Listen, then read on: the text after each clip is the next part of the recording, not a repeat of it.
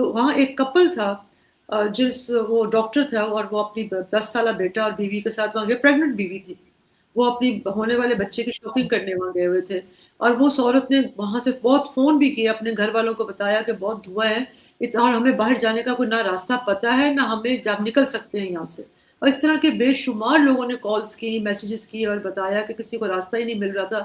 اور آپ سوچیں کہ ایسا 1200 دکانیں ہوں، ساری دکانیں کھلی ہوں، وہاں اتنا ہجوم ہو، کس اذیت کے ساتھ لوگ وہاں مرے ہوں گے.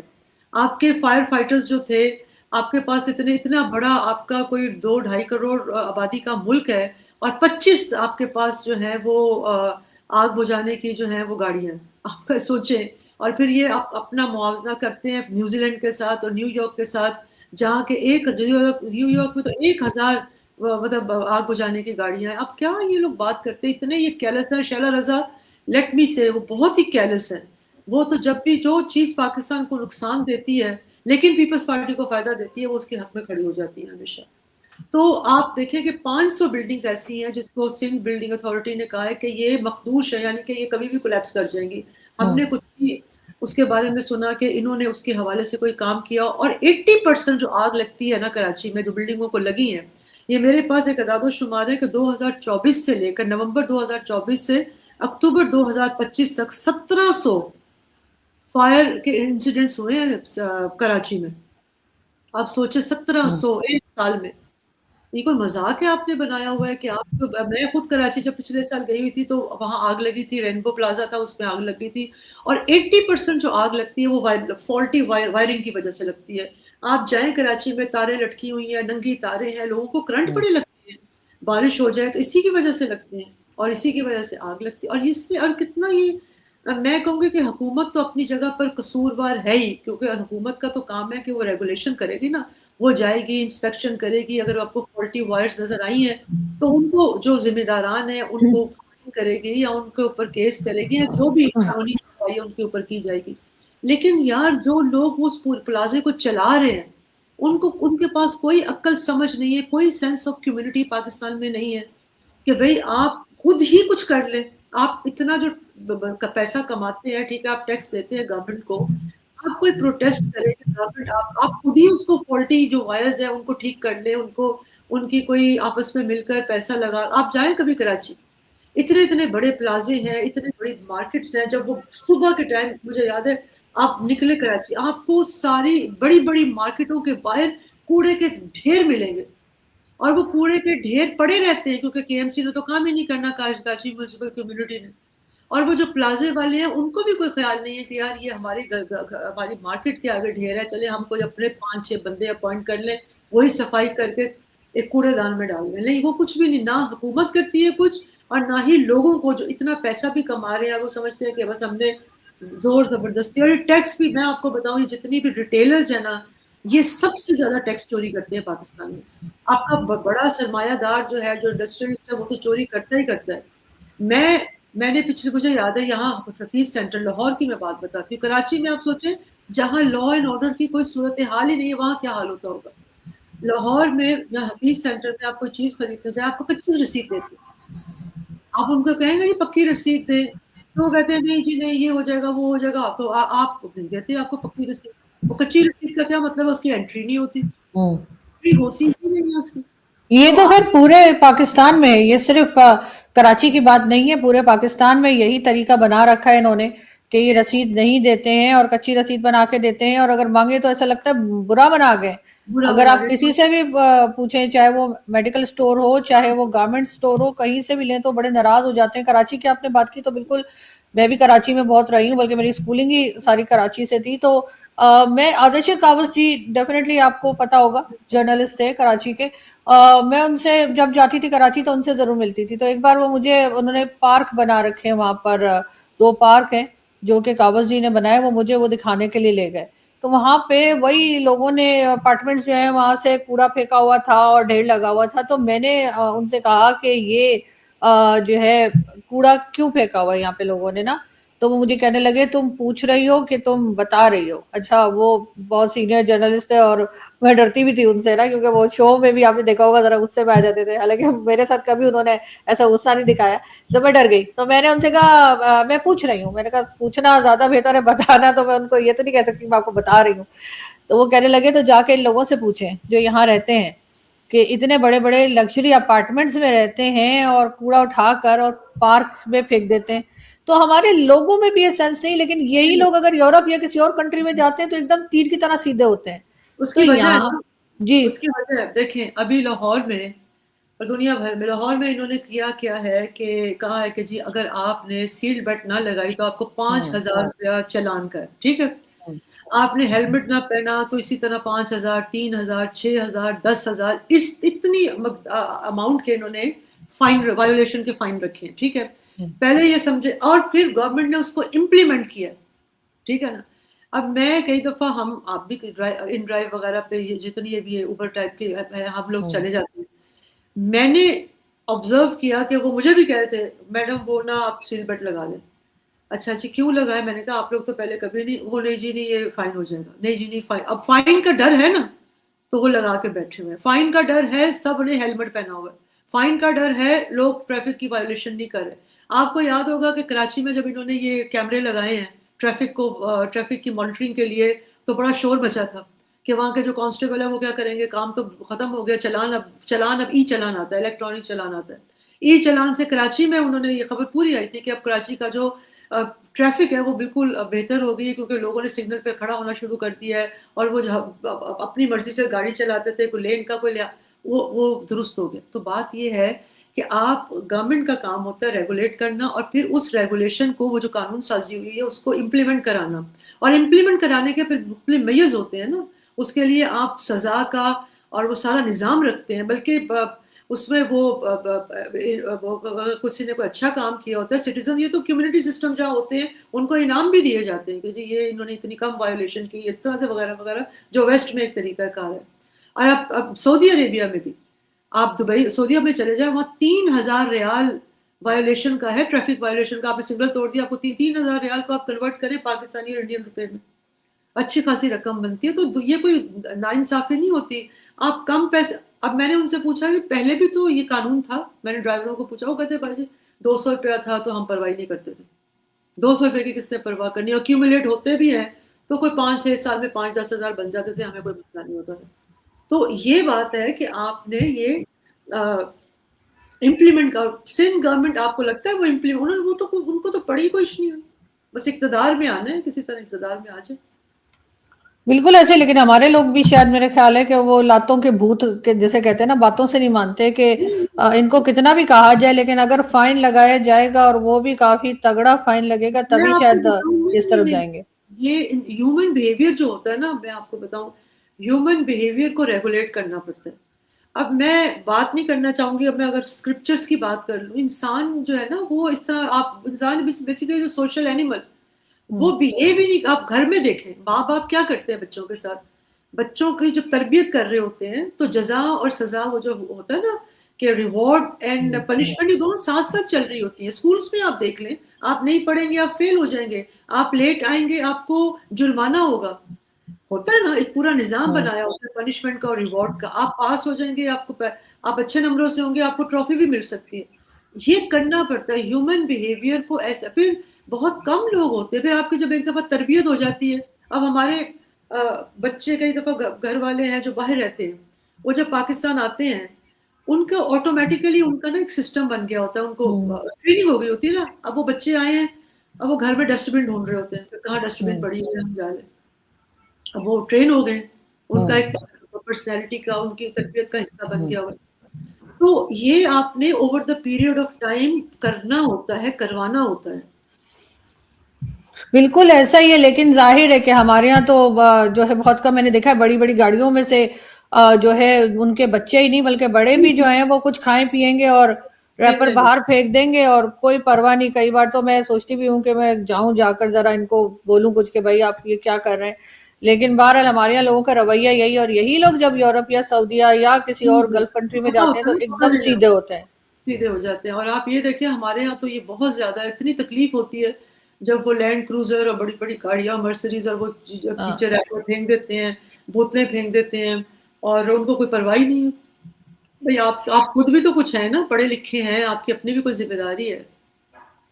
بالکل ہے, لیکن ظاہر ہے کہ وہ یہاں پر وہ اس کنٹری کو اپنی کنٹری سمجھتے ہی نہیں, ان کو لگتا ہی نہیں کہ یہاں پر بھی کچھ ٹھیک ہونا چاہیے.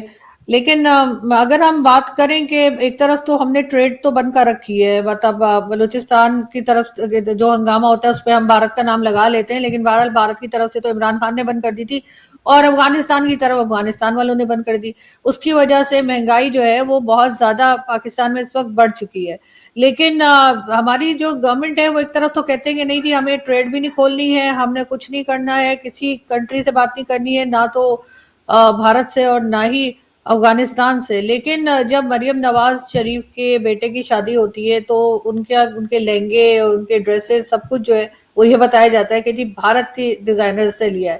تو یہ ایک نہیں دو پاکستان آپ کو نہیں لگتا کہ چل رہے ہیں اپنے لیے, انہوں نے سب کچھ کھلا رکھا ہے کہ وہ کوئی بھی چیز وہاں سے منگا سکتے ہیں, لے سکتے ہیں, اور جو عام پبلک ہے اس کے لیے ٹریڈ بند ہے اور ہر طرح کی چیز بنے. بلکہ وہ خالد انم صاحب جو بڑے ایک اچھے آرٹسٹ ہمارے یہاں ہیں, سنگنگ بھی کرتے ہیں, ڈرامہ وغیرہ میں بھی آتے ہیں, ان کا بھی میں ٹویٹ دیکھ رہی تھی تو انہوں نے کہا کہ انہوں نے ڈریسز لے لیے, بہت اچھا کیا, یہ افورڈ کر سکتے تھے, لیکن کیا پاکستانی پبلک کے لیے انہوں نے ٹریڈ کھول دیے, کیا وہ بھی بھارت کے ساتھ ٹریڈ کر سکتے ہیں؟